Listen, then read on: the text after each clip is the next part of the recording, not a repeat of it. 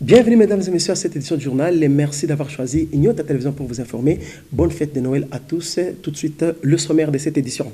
Ce vendredi 25 décembre, plusieurs chrétiens du monde entier commémorent la naissance de l'enfant Jésus. Ici à Lubumbashi, deux célébrations eucharistiques ont eu lieu.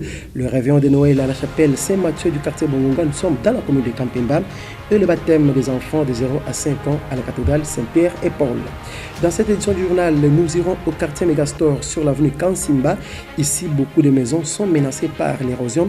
Cette situation est due au manque de canalisation, chose qui a motivé les autorités communales à entreprendre quelques travaux. Mesdames et messieurs, voilà tout pour le sommaire. Encore une fois, merci d'avoir choisi notre télévision pour vous informer. Ce 25 décembre, le chrétien catholique célèbre la naissance du Christ Jésus à Lubumbashi. La cathédrale Saint-Pierre et Paul a organisé le baptême des enfants âgés de 0 à 5 ans. Et au cours de cette célébration eucharistique, une cinquantaine d'enfants ont reçu le tout premier sacrement qui fait désormais d'eux le chrétien. Reportage de Galor Chamba.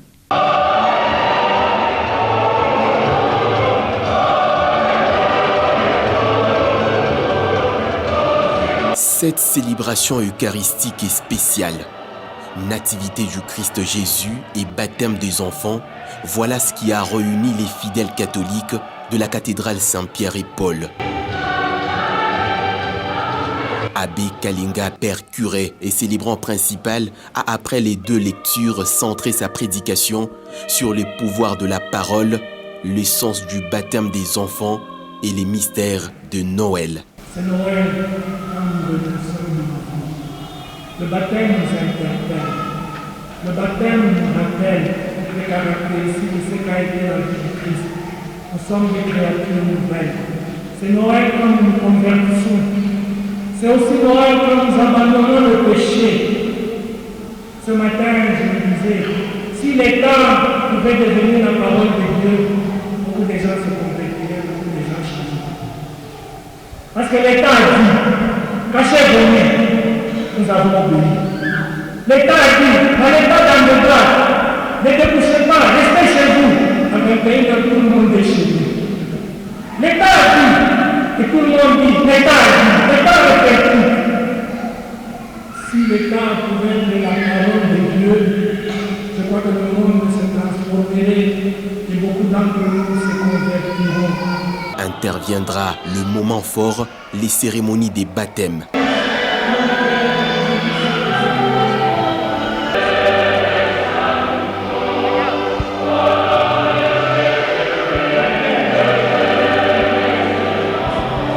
Les fidèles catholiques ont par la suite communié dans une ambiance fraternelle, bien avant la fin de la célébration eucharistique de ce vendredi 25 décembre 2020.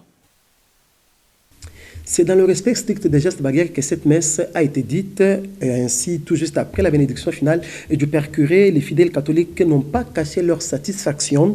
Ils ont tout de même relevé la symbolique du baptême des enfants. Ils sont tous ici au micro de Galor Chamba. Je l'ai fait baptiser parce que premièrement, Jésus avait dit « Laissez les enfants venir à moi ». Donc aujourd'hui, comme elle est baptisée, elle est enfant des dieux. Donc elle est née une nouvelle fois. Quand on reçoit ce sacrement, on devient automatiquement enfant de Dieu. On a le droit maintenant de participer à la famille chrétienne parce que Jésus lui-même, lorsqu'il a parlé à ses apôtres, lors de l'ascension, il a dit « Allez, faites de toutes les nations mes disciples en les baptisant au nom du Père et du Fils et du Saint-Esprit. » Donc, pour devenir disciple de Jésus-Christ, il y a une condition à observer, c'est ce baptême-là. Voilà pourquoi nous, aujourd'hui, nous célébrons le baptême des bébés dans l'église catholique. Les bébés sont baptisés dans la foi des parents. Tu nous fais baptiser Mutoto parce qu'elle doit à une protection de Dieu. Alors l'église catholique nous recommande de faire baptiser les enfants. Alors c'est pour cela que je l'ai amené à être baptisé. En tout cas, je suis vraiment très heureux, très content. C'est une très bonne chose. En tout cas, c'est une grande joie pour moi. Et en plus, c'est ma première fois, donc je ne sais pas dire ce que je ressens. C'est trop fort. Je le disais à l'entame de cette édition, la chapelle Saint-Mathieu du quartier Bongonga dans la commune de Kampemba a organisé la messe des réveillons de Noël. C'était de 17h à 19h pour se conformer aux décisions prises par les autorités en rapport avec la pandémie à coronavirus et le couvre-feu qui a été instauré. Suivez.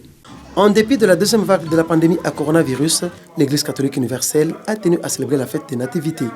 Cas illustratif de la chapelle Saint-Mathieu du quartier Bongonga dans la commune de Kampemba. Ici, la messe des réveillons a eu lieu, pas tard dans la nuit, mais plutôt de 17h à 19h. Question de respecter le couvre-feu instauré sur l'ensemble du territoire national par la haute hiérarchie.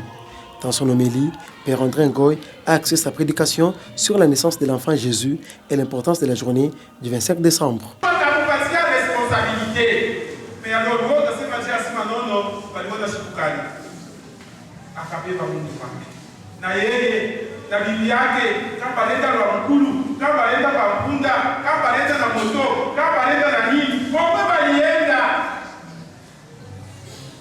Parce que kama bibi yake Maria alikuwa na mimba hata ya 2 mois, ashitafuta kwenda kuzalia kule, donc c'est presque 7 à 8 mois, parce que kutembea presque une semaine, c'est-à-dire ilikuwa ni mwendo wa mashiku, na wakati walienda alianza kwenda kama vile watu wote walianza kwenda, na Yosefu alipoona bibi yake akaanza kwenda polepole. Wakati wa kutafuta kwa kulala, wakati wa kutafuta huku na huku, maisha yake nomie hakuna namna. Yosefu akimbia kugoshi, akaenda kudwasi, akaenda kugoshi, maisha yake Maria kazaa mwana. Amen, amen. Pour la circonstance, toute la chapelle Saint-Mathieu était décorée aux couleurs de la fête des nativités. Chrétiens catholiques qui ont pris part à cette célébration eucharistique ont loué l'Éternel. Le 25 décembre de chaque année est célébrée la fête de Noël par le chrétien du monde entier. À Lubumbashi, comme partout ailleurs, quelques églises n'ont pas fêté, bien qu'étant chrétiennes. Une preuve que la date du 25 décembre, choisie comme jour de nativité, ne fait pas l'unanimité. Ben Kaimbe nous en parle. Des portes hermétiquement fermées, aucun fidèle dans l'église ce 25 décembre dans la matinée. Voilà à quoi a ressemblé certaines églises alors qu'est célébrée la nativité du Seigneur. Pour l'apôtre Marcel Momat, rien de tout ça ne fait d'eux des païens. Nous, on ne fête pas Noël, nous croyons à la nativité, nous croyons que Christ est né un jour en tant que Père, en tant que Dieu.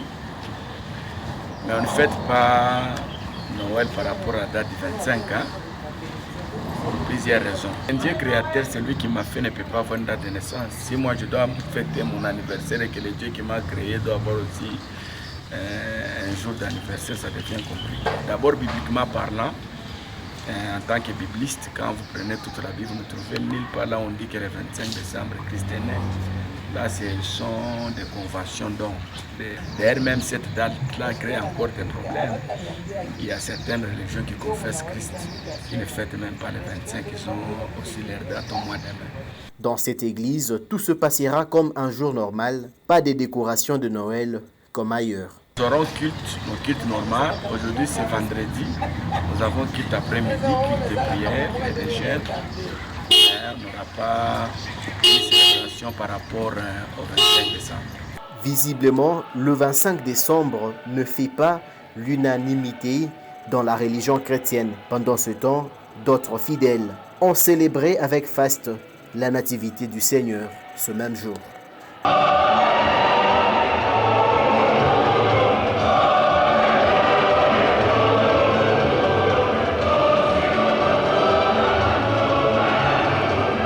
Et à la paroisse mère du centre évangélique Le Rejeton de David, la journée de ce vendredi 25 décembre 2020 a été totalement consacrée aux enfants dits Amis du Christ. C'est à la paroisse mère de la commune de Katouba que le visionnaire de ce centre Prosper Kiboko a organisé cette rencontre de tous les enfants du Rejeton de David. Reportage de Gelor Chamba.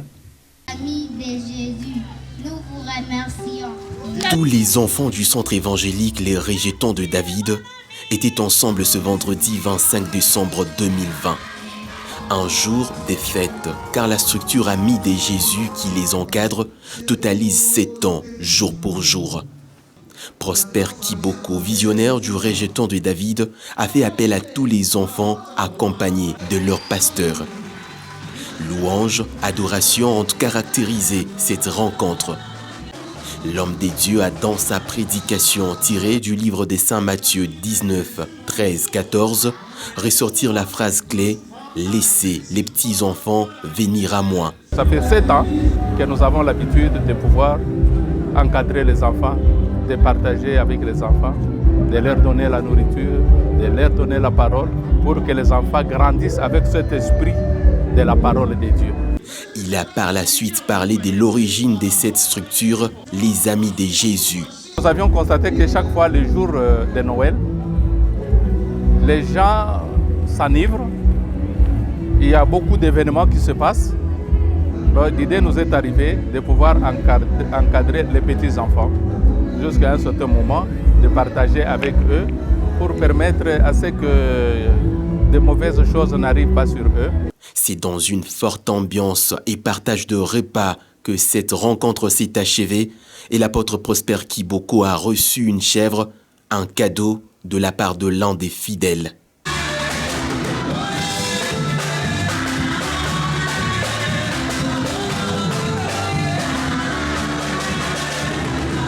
Et pendant ces temps de festivités, plusieurs lieux de négoce connaissent une forte affluence de clients pour les préparatifs. Mais dans la cité minière de Kipushi, c'est le contraire que l'on constate. Et pas d'engouement dans les marchés. Les habitants de Kipushi entendent passer la période des festivités comme un temps tout à fait ordinaire. Le constat a été fait par Louis Lumami et Ben Kaimbi.